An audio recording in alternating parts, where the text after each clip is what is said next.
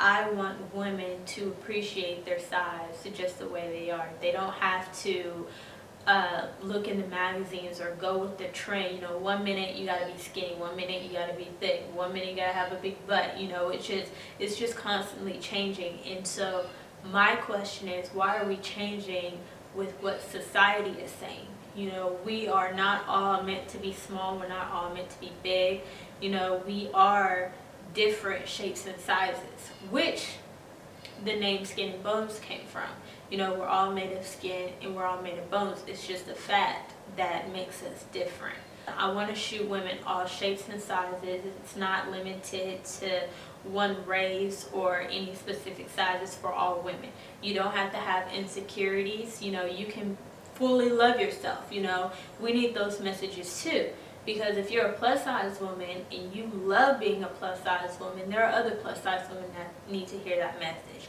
Or if you're my size, you know, if you're really skinny but you love being really skinny, they need to hear that too. Because I would love someone to be like, you know what, this is great for all these reasons.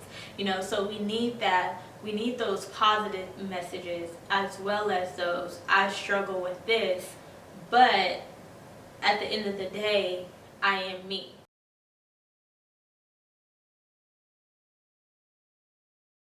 I do keep it confidential, so I don't use any names. I don't tag them in the pictures. I don't shoot faces or any identifying marks. If I do, it's because I have their permission and that's what they want me to do. It's just made to spread a positive message, you know, body positivity and just stop body shaming. And I had one client tell me that it's mostly women.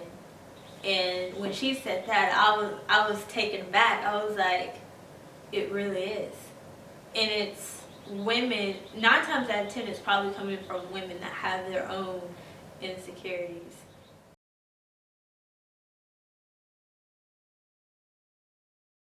It's about a 2-hour session.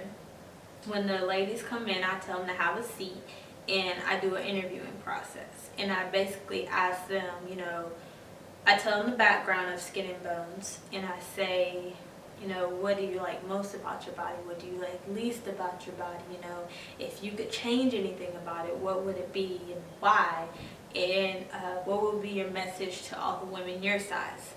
So I use those interviewing questions not only to create the captions for my pictures, but also I plan on having a book. So each year, I want to have a book with all the images, along with their the answers to their interviewing questions.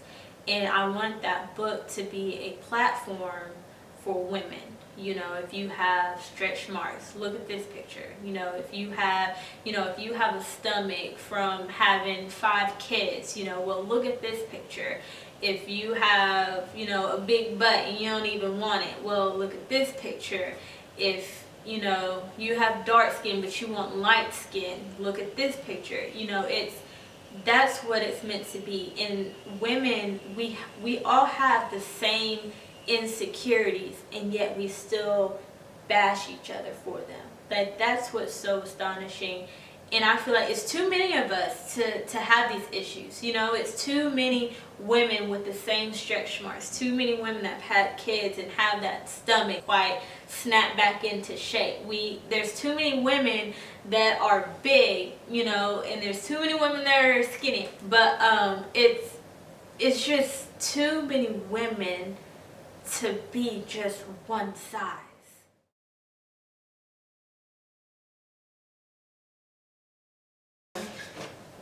So this one right here, she was amazing.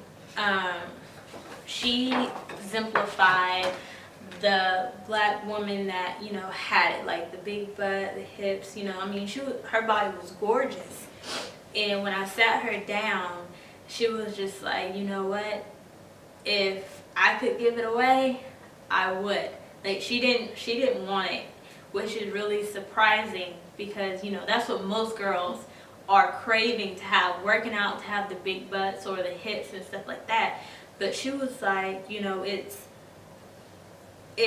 gives her attention that she doesn't want, you know, just walking down the street and getting, you know, called at or, you know, just the degrading comments or anything like that. She was just like, yeah, if I could give it away, I most definitely would. And I told her, here you are want to give it away, and here I am just like, okay, I'll take it, you know.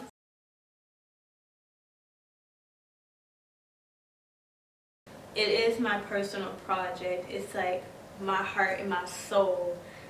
So I really enjoy it. It is so much fun to do, but that's because it's something that I love to do, and it's the type of work that I've always wanted to do, and hopefully be able to have my own exhibits and art shows and etc. Like that was my passion when I started art, period. You know, I've always wanted to be a storyteller. It's just, I've always just had so much to say, and I don't know necessarily where it comes from. It's just, you know, I'm inspired by everyone and anything around me. So I just want to get those messages out, and this is just my biggest one because it was just so personal. So if you're another woman trying to start your own personal project, it's a lot of fun. You know, it will take time to grow, and you have to remember when doing your personal projects that it has to be something that other people can relate to. Just go for it. You can't give up. Anything that you want to do, whether it's, you know, if you want to do photography, music, anything in the art field, you just can't give up. So it's just about, you know, finding it is what you want to do and specialize in, and two, finding your price point or your market, you know, for it, and then three, going for it full on.